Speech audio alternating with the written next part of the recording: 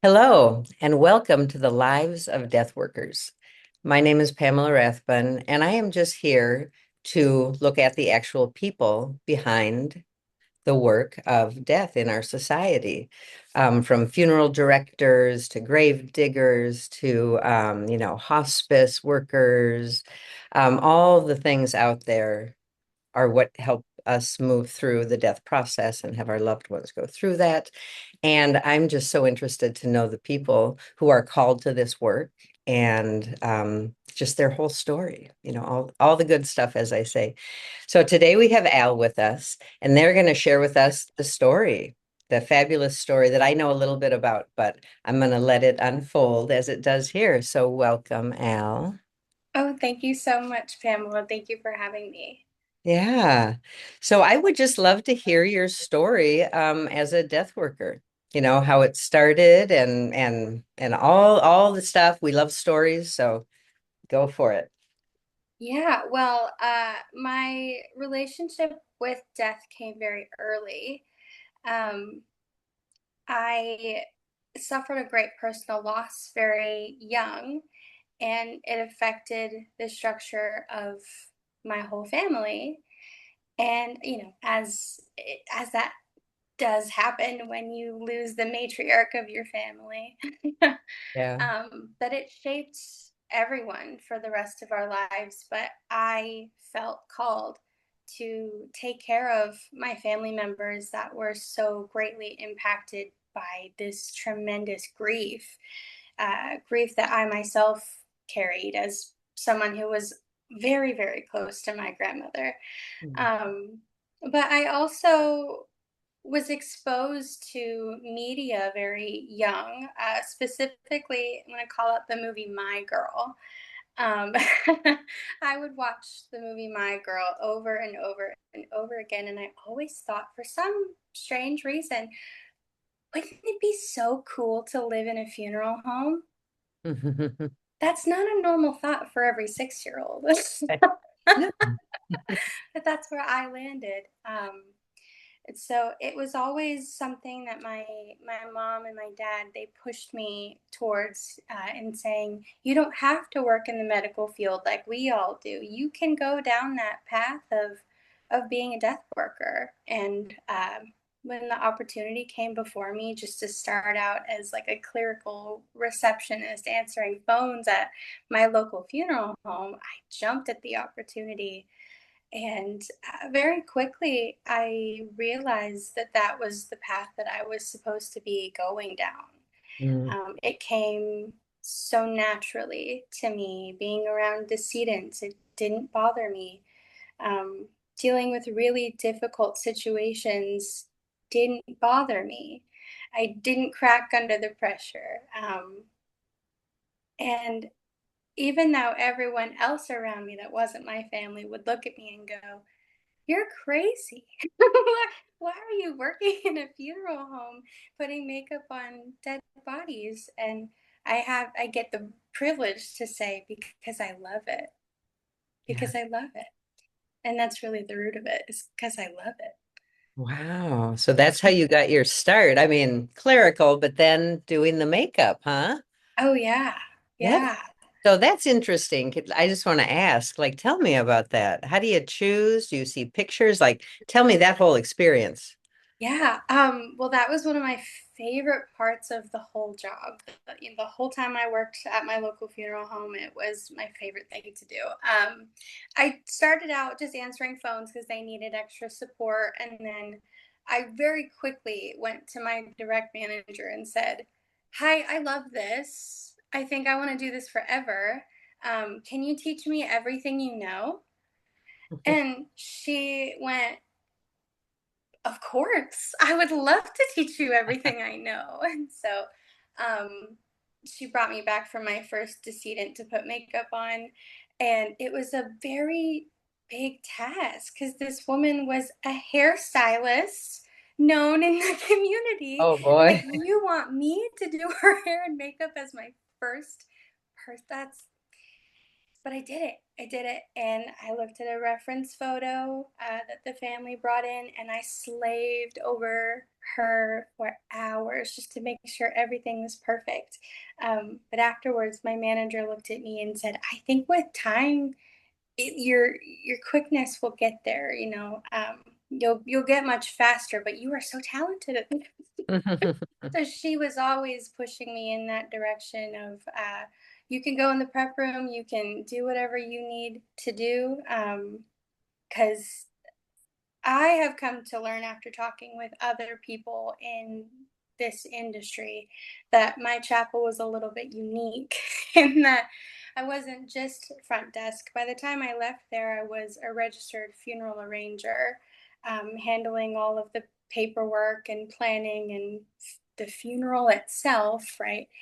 Um, but I learned that it's not very typical for people to go into a funeral home doing one thing and you actually are doing everything else at the Yeah, same time. You usually just have one set designated job, and that was not my experience. I did everything. So yeah. And it sounded like you wanted to. You were like, I yes, did. more, please. I want to do all of it. Yes. That is Yeah. wonderful. So then what came next for you? After makeup, they said, well, do you want to go on a removal? And I went, you want to trust me to go on a removal, which, if you're unfamiliar, it's where you go into the home and we bring the decedent into our care Okay. via gurney and all of that. And um, I was like, okay, absolutely, I will go. And so I went with a trusted coworker who was hyping me up the whole time. He's like, don't worry, she's supposed to be a smaller, older lady. Everything will be fine. And I said, okay, great. And we get there, and he looks at me and he goes, somber face, not sad face. And I go, okay. I Mm. didn't know what that meant, but Right, I'm like, right, right. sure, stoic, right?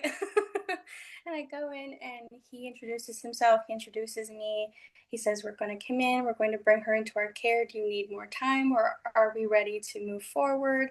Because you never want to take any time away from family before they're ready. Yeah. Sometimes we get there quicker than they are ready to say goodbye, right? Hmm. So they say, yeah, we are ready.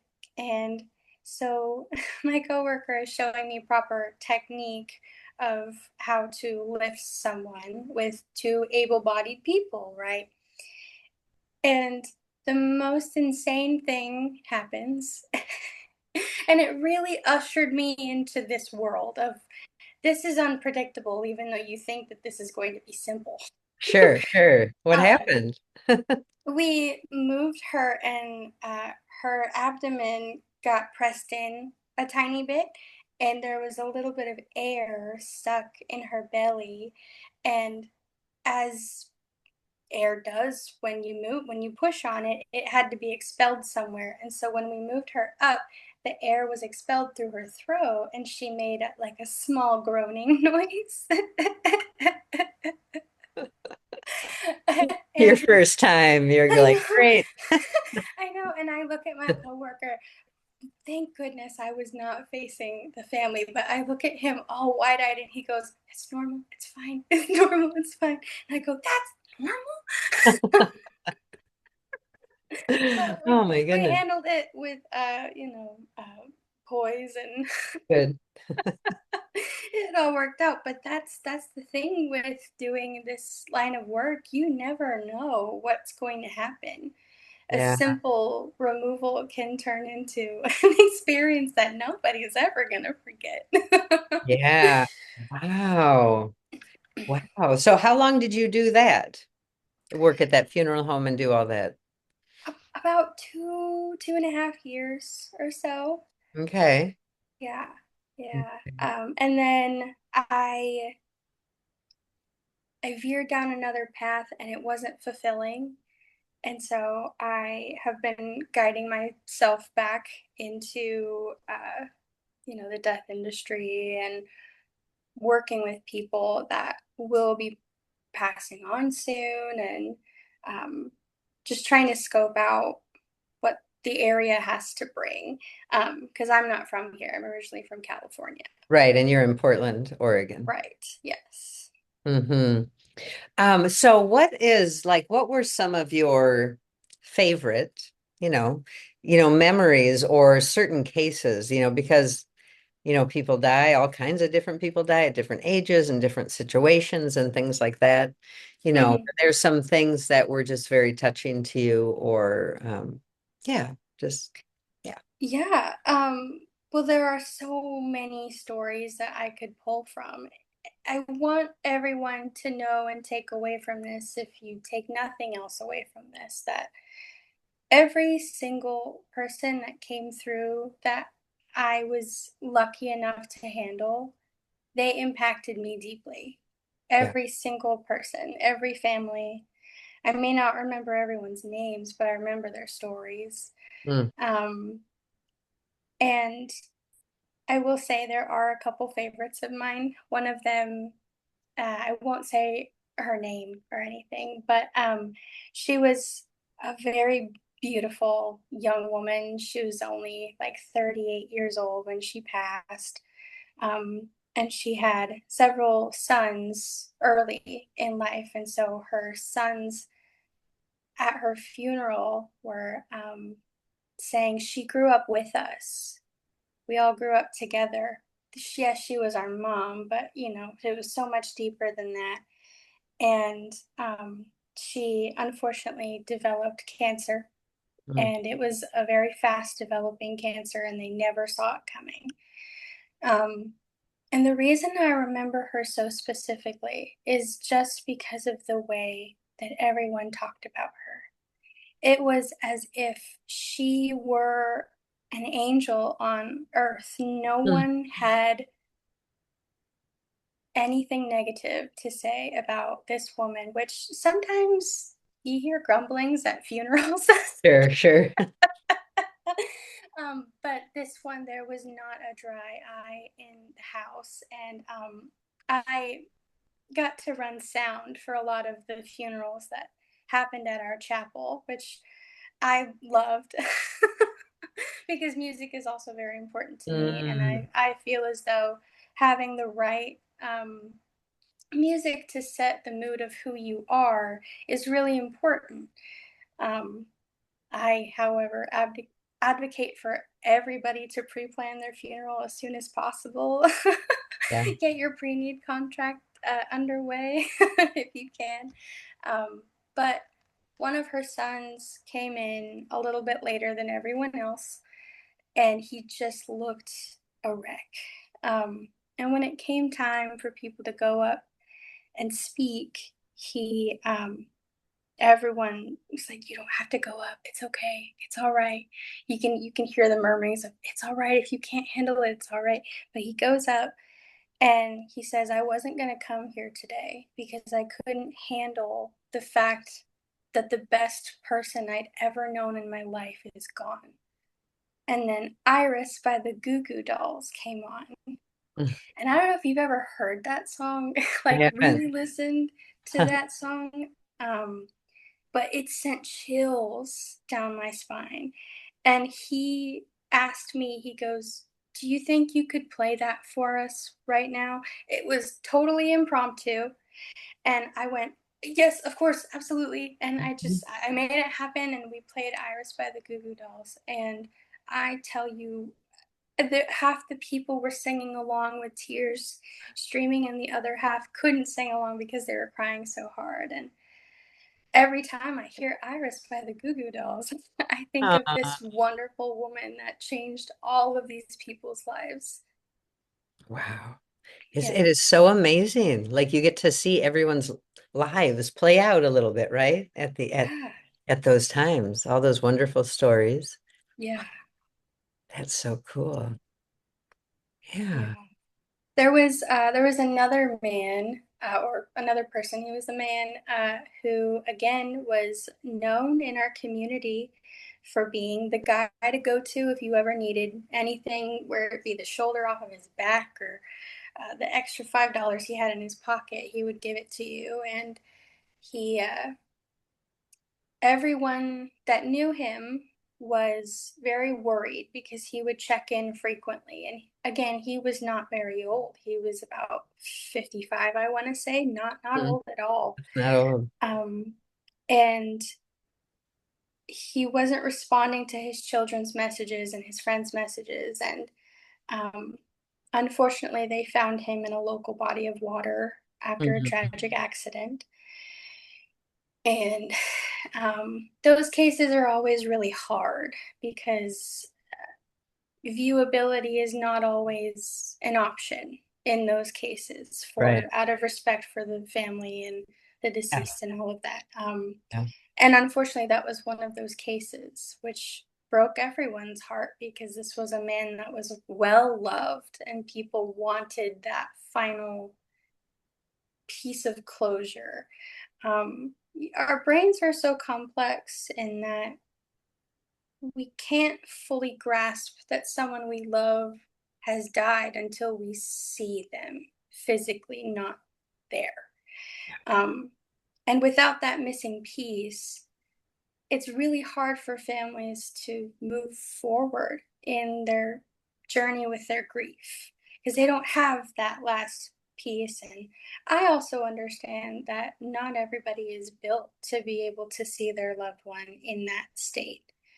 Um, so it is kind of a double-edged sword. But there are preparations that we can make for these special cases, casings to protect and put clothes over the top. And this family asked specifically, I know viewability is not an option and we don't fully know the state of him, but it's really important to us that he is actually dressed in the suit that we have provided. It is so important to us. It's what he would have wanted. And was it difficult? Absolutely. Was it inconvenient? Absolutely. Was it absolutely worth it? Every single minute of getting that suit onto that man? Absolutely. And I would do it Mhm. again in a heartbeat. Mhm. And I'm so glad we did, because it would have been very easy to just put the clothes on top of his body and say, "Oh yeah, we put it on." It would be very easy, but it wouldn't. We wouldn't have any integrity if we would have Yeah. done that. And Yeah. I'm lucky we didn't, because at the very last second, his son decided, "I don't care what he looks like. I need to see him one last time." Mm. And we peeked just a little bit, not enough to raise attention, just enough for him to see. And he was able to see enough that the clothes were on his body, and that's all he wanted to see. And Mhm. it was never a question in my mind that we weren't ever going to put the clothes on the body. Of course, we were going to do Mhm. that, but it made me so sad to think there the reason he's asking us to do this is because another funeral home didn't do that for them and they know that. Mm. So it's you have to toe that fine line of, I know there are chapels and people in this industry that have burned people and um, you know done wrong by families, and saying we are the good guys, you know, in in a pool of morally gray individuals, it can be hard, but gaining the trust of families within that initial sitting down and talking about your loved one is so important. It's worth more than gold. Oh, yeah. Well, and people clearly are very vulnerable at that time in their life and they Yeah. need direction. And of course, they believe the, professionals. But so to be able to have someone like you, and the chapel you are at to really there because it's a calling that you have. And it's a gift that you have to hold that space for people to be able to tell their story of their loved one and have their loved one be, just honored and that they Yeah. mattered and that the family matters. And I mean, that is so beautiful. I'm so grateful for people like you. And it's really a bummer that there are people that are kind of nefarious in it. Yeah. That's, Yeah. hmm. Any others? I love the stories. There are so many. Um, Yeah, I know it's hard. I know you've shared before, when babies die, oh and yeah. particularly supporting families there. How has that been? Tell me about some of that. Yeah. So I actually had the privilege of helping out a lot of families that were in that unfortunate circumstance. And right before I started working at the funeral home, I suffered a personal loss with my partner, and it really affected me in a deep way, as it would anyone. And I was called to our local coroner's office, and that's not unusual. And sometimes in the county that I was working in specifically, they wouldn't always give you a lot of details before you would go in, um, just because they're inundated with so many different Sure. things or just trying to get you off the phone as quick as possible. Um, but I go and I'm expecting to see an adult person there. Sure. And I open the metal door and pull out the drawer, and all I see is a sheet that is bundled. Mm, And I go, is this a joke? And she goes, look under the sheet. And unfortunately, it was the first deceased infant that I had ever seen up until that point. yeah. And my heart just stopped. And I looked at her because it was a little girl, and her cheeks were still rosy, and she just looked like she was taking the most peaceful nap. And I was filled with sadness, but then anger because I realized I don't have anything to carry her in. I wasn't prepared for this. Not only am I physically not prepared, I didn't think mentally I was prepared for it either. Um, and I had to hold her in Mm, my arms while I drove back to my chapel. Yeah, God. yeah. And um, I went back to my desk after I safely put her where she needed to go. And I just sobbed. I just cried and cried because, of course, I had dealt with deceased adults or even teenagers up to that point, but never a newborn, right? Um, but then as I was sitting there, a thought came to me, and it was, you have a really unique opportunity to channel the grief that you feel over your own personal loss into helping this other family that is also suffering a personal loss.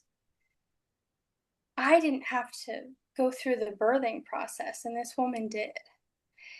And I felt such empathy for her. And I decided then and there that anytime that case were to come through, I wanted to be able to handle it. Yeah. And I went to my manager and I went, I really have an affinity for these cases, and I really think it would be beneficial if I could sit in and work with these families that are going through this struggle.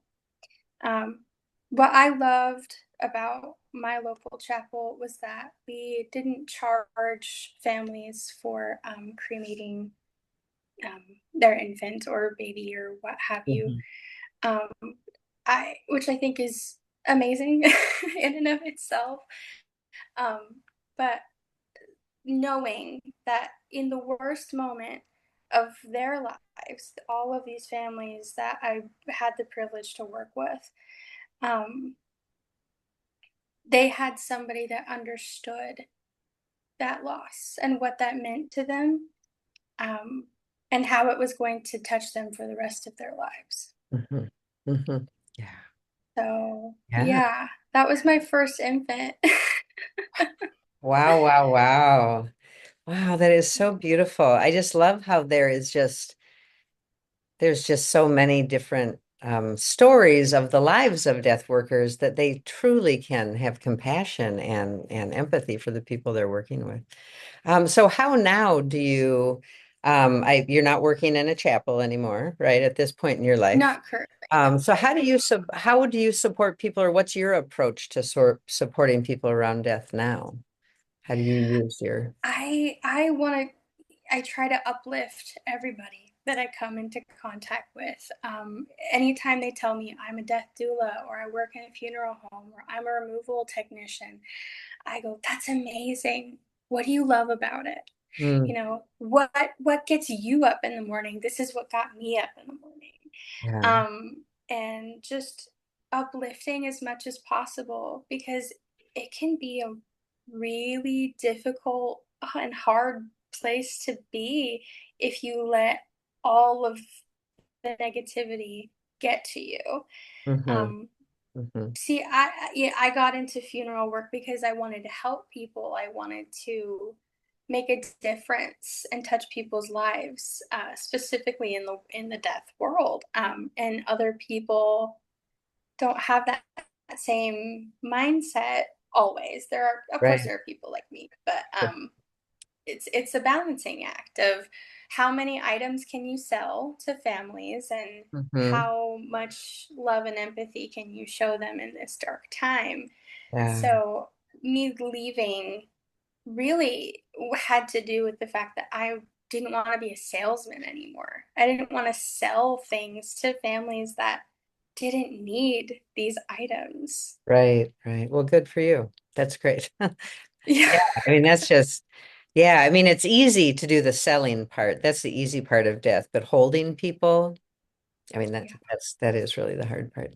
Yeah. Yeah. Oh, wow. Thank you so much for sharing all that. Of It's course. amazing.